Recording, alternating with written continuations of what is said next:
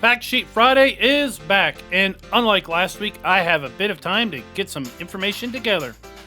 Last Friday, Giants announced that the next patch for Farming Simulator 22 was just a few weeks away, and also teased another free content drop with 3 new bits of kit.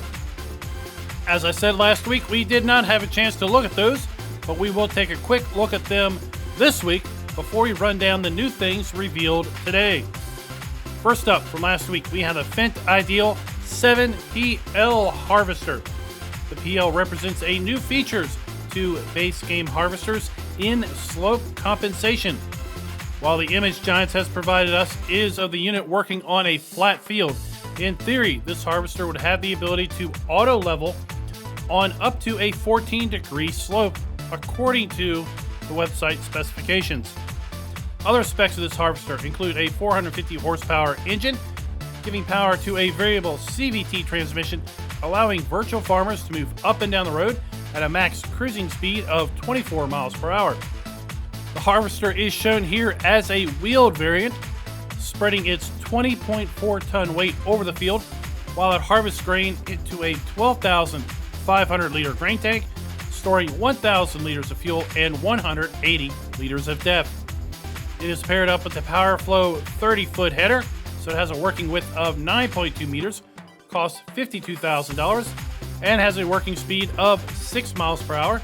It will allow you to harvest standard grain crops, including wheat, barley, oat, canola, sorghum, and soybeans. The second fact sheet we saw last week was of the Hardy Navigator 4000 Delta Force sprayer. Unlike the Hardy sprayers from FS19, this one comes with variable boom widths from 27 meters to 33 meters, holds 4,000 liters of liquid fertilizer or herbicide, has a spraying speed of 7 miles per hour, weighs 4.2 tons empty, and has a cost of $54,500. Final fact sheet from last week is the Garant PQ32 slurry tanker. This tanker can apply 32 cubic meters worth of digestate or slurry on your fields with a working speed of 9 miles per hour and has an empty weight of 13.5 tons. This particular slurry spreader will require 350 horsepower to operate and will set you back nearly $190,000. Now, with last week's fact sheets out of the way, let's take a look and see what's new for this week.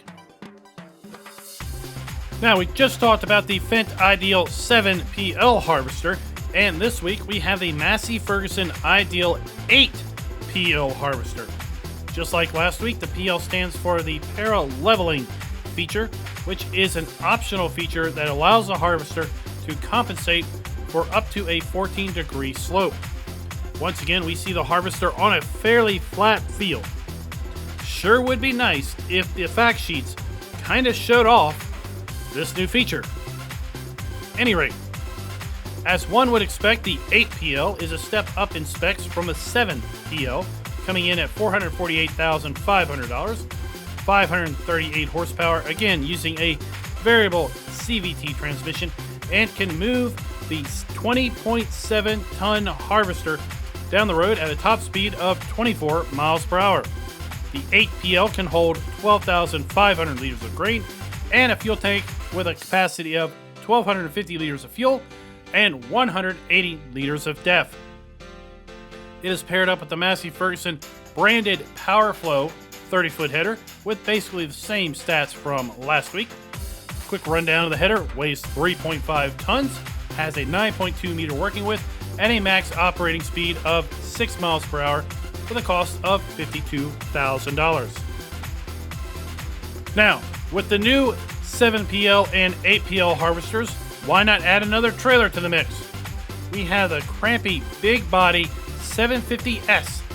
This trailer will hold 37.5 cubic meters of just about every bulk fill type in game, has an empty weight of 7.5 tons, and will cost you just over $50,000. This one has some rather interesting Michelin branding.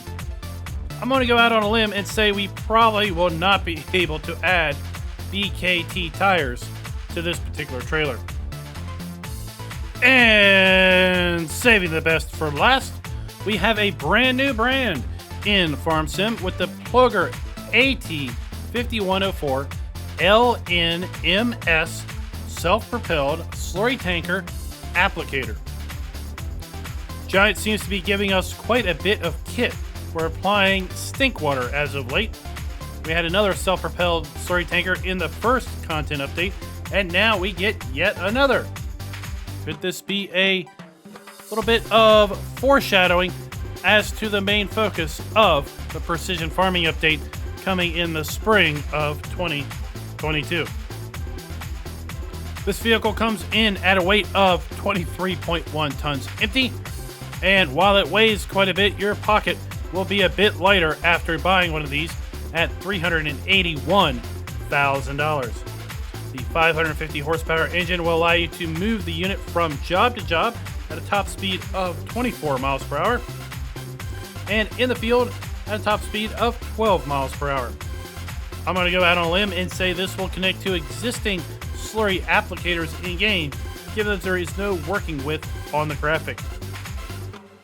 Now, something that is worth mentioning is that Ploger is actually more well known for their harvesters, specifically their fruit and vegetable harvesters.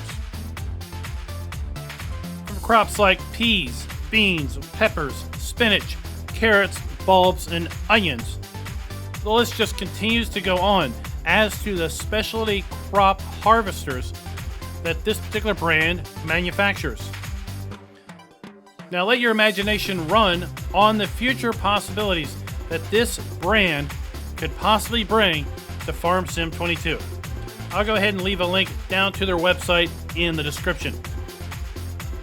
Now, if you've made it this far into the video, I want to thank you for sticking around to the end. We will be back next week with another Fact Sheet Friday, unless the 1.3 update drops before then. But I think we are still another week out, but who knows?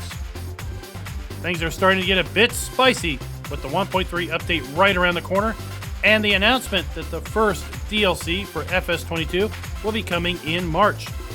Could the teaser new vehicles for your farm include more Ploger equipment? Could the addition of this brand hint to new crops in Farm Sim's future?